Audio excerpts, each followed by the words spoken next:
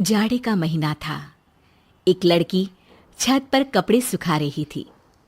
पड़ोस में एक लड़का राहुल, जो बाहर से आया हुआ था, सोचता है कि कितनी छोटी लड़की है ये और कितना काम कर रही है। लड़का अपनी माँ से पूछता है, माँ, ये लड़की कौन है? अंकल की बेटी है क्या? अरे नहीं बेटा, इसका नाम रिया है। ये बाल विधवा है। अंकल के जिस बेटे का कम उम्र में स्वर्गवास हो गया था, ये उसी की विधवा है। इन बच्चों का बहुत ही कम उम्र में बाल विवाह करवा दिया गया था। इस बच्ची को इसकी सास भी बेहद परेशान करती है। घर का सारा काम उसी से करवाती है और बात बात पर ताने भी मारती है बेचारी को। राहुल ये सब सुनकर बेहद दुखी हो जाता है। रिया घर में पोछा लगा रही होती है। अरे जल्दी जल्दी हाथ चला कल मुही। जल्दबाजी में रिया का हाथ टेबल से टकराता है और फूलों का गमला नीचे गिरकर टूट जाता है। सास रिया पर हाथ उठा देती है, पर मारने से पहले उसकी उम्र का लिहाज करके रुक जाती है। अरे ये गमला तोड़ा है, उसका नुकसान तेरे घर वाले भरेंगे क्या? ये काम ढंग से नहीं होता तुझसे। जिस दिन से इस घर में कदम पड़े हैं, इस पनौती के सिर्फ नुकसान ही नुकसान हाथ लगे हैं। मेरे बेटे को भी खा गई तेरी मनहूस छाया। अरे दफा हो जा मेरी नजरों के सामने से। और अब कमरे में बैठकर आंसुए मत बहाते रहना। बहुत काम बाकी है घर का, ठीक से करना। अब गलती हुई तो सारी रात बाहर सोएगी, समझ लेना। रिया छुप के छत के एक कोने में बैठकर खूब रोती है और रोज की तरह अपने निर्धारित समय पर कपड़े सुखाने छत पर जाती है। राहुल पहले से अपनी छत पे खड़े रिया का इंतजार कर रहा होता है। नमस्ते, आप शायद मुझे नहीं जानती। मैं यहाँ पड़ोस के घर का बेटा हूँ। पढ़ाई के लिए दूसरे शहर में रहता था और वहीं नौकरी लग गई तो यहाँ छुट्टियों में ही आना होता है। राहुल बात करने की कोशिश करता है, लेकिन रिया जवाब नहीं देती और धीरे से नजर झुका लेती है। अब मैंने आपके बारे में सुना, मुझे बहुत बुरा लगा। आप मुझसे शेयर कर सकती हैं अगर चाहे तो।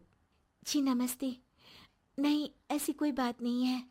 इतने में रिया की सास वहां आ जाती है। रिया घबरा कर कांपने लगती है। कल मुही, तुझे शर्म नहीं आती? मेरे बेटे की विधवा होते हुए दूसरे लड़कों से गप्पे मार रही है। रुक, तेरी तो खबर लेती हूँ आज। नहीं नहीं सासू माँ, मैंने ऐसा कुछ भी नहीं किया है। अरे मुझे पता है ना, तू ही उल्टा है। एक पति से मन नहीं भरा तेरा, जो मेरे बेटे के मरने के बाद तू पराए मर्दों की तरफ नजर डाल रही है। अब रह भूखी, 2 दिन तक एक रोटी नहीं मिलेगी तुझे। जब पेट में चूहे दौड़ेंगे तब तेरी अकल ठिकाने लगेगी। चल नीचे, मुझे 1 घंटे के अंदर सारा खाना बना के तैयार चाहिए। नीचे पूरा दिन सास बहू को बहुत डांटती है। ये सब देखकर ससुर जी को भी समझ में आता है कि उनकी बहू के साथ कितनी ज्यादती हो रही है, लेकिन वो सौम्य व्यवहार के हैं तो वो भी कुछ नहीं बोलते। राहुल रिया के ससुर जी से बात करने का निर्णय लेता है और रिया की सास की गैर मौजूदगी में उनके घर जाता है रिया के ससुर जी से बात करने। नमस्ते अंकल जी, पहचाना आपने? जी मैं वही हूँ जिसको आप लोग गलत समझते हो। अरे नहीं नहीं बेटा, हम गलत नहीं समझते तुमको, लेकिन बस घर की मुखिया के आगे हम कुछ बोल नहीं पाते। अंकल जी, आपकी बहू की उम्र कितनी कम है।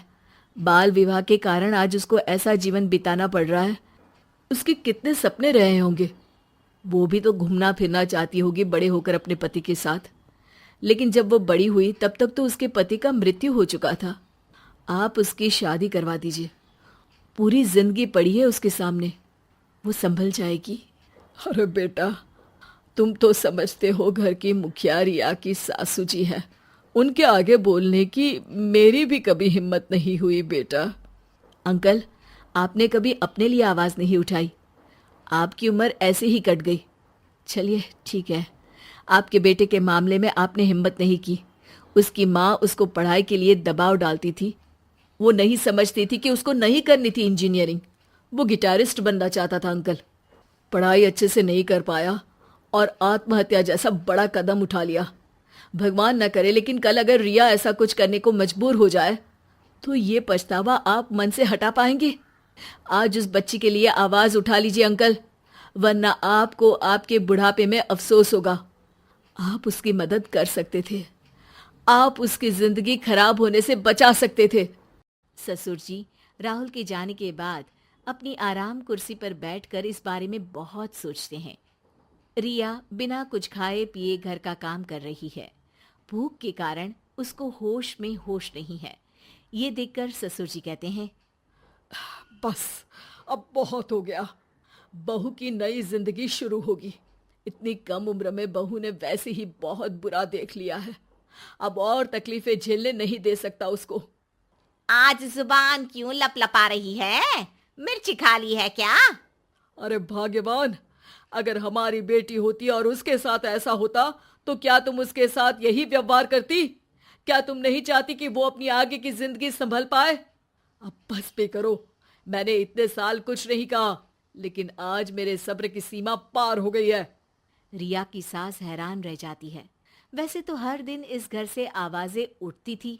रिया के रोने की आवाज, उसकी चीख की आवाज, सास के डांटने की आवाज, लेकिन पहली बार किसी ने गलत के खिलाफ आवाज उठाई थी। अगले दिन जब रिया छत पे गई तो उसने राहुल को वहां अखबार पढ़ते देखा और हिम्मत करके कहा, थैंक यू। राहुल भरे हुए मन से खुशी से मुस्कुराया और बदले में रिया भी, ये जानते हुए भी अब ये मुस्कुराहट हमेशा उसके चेहरे पर बनी रहेगी।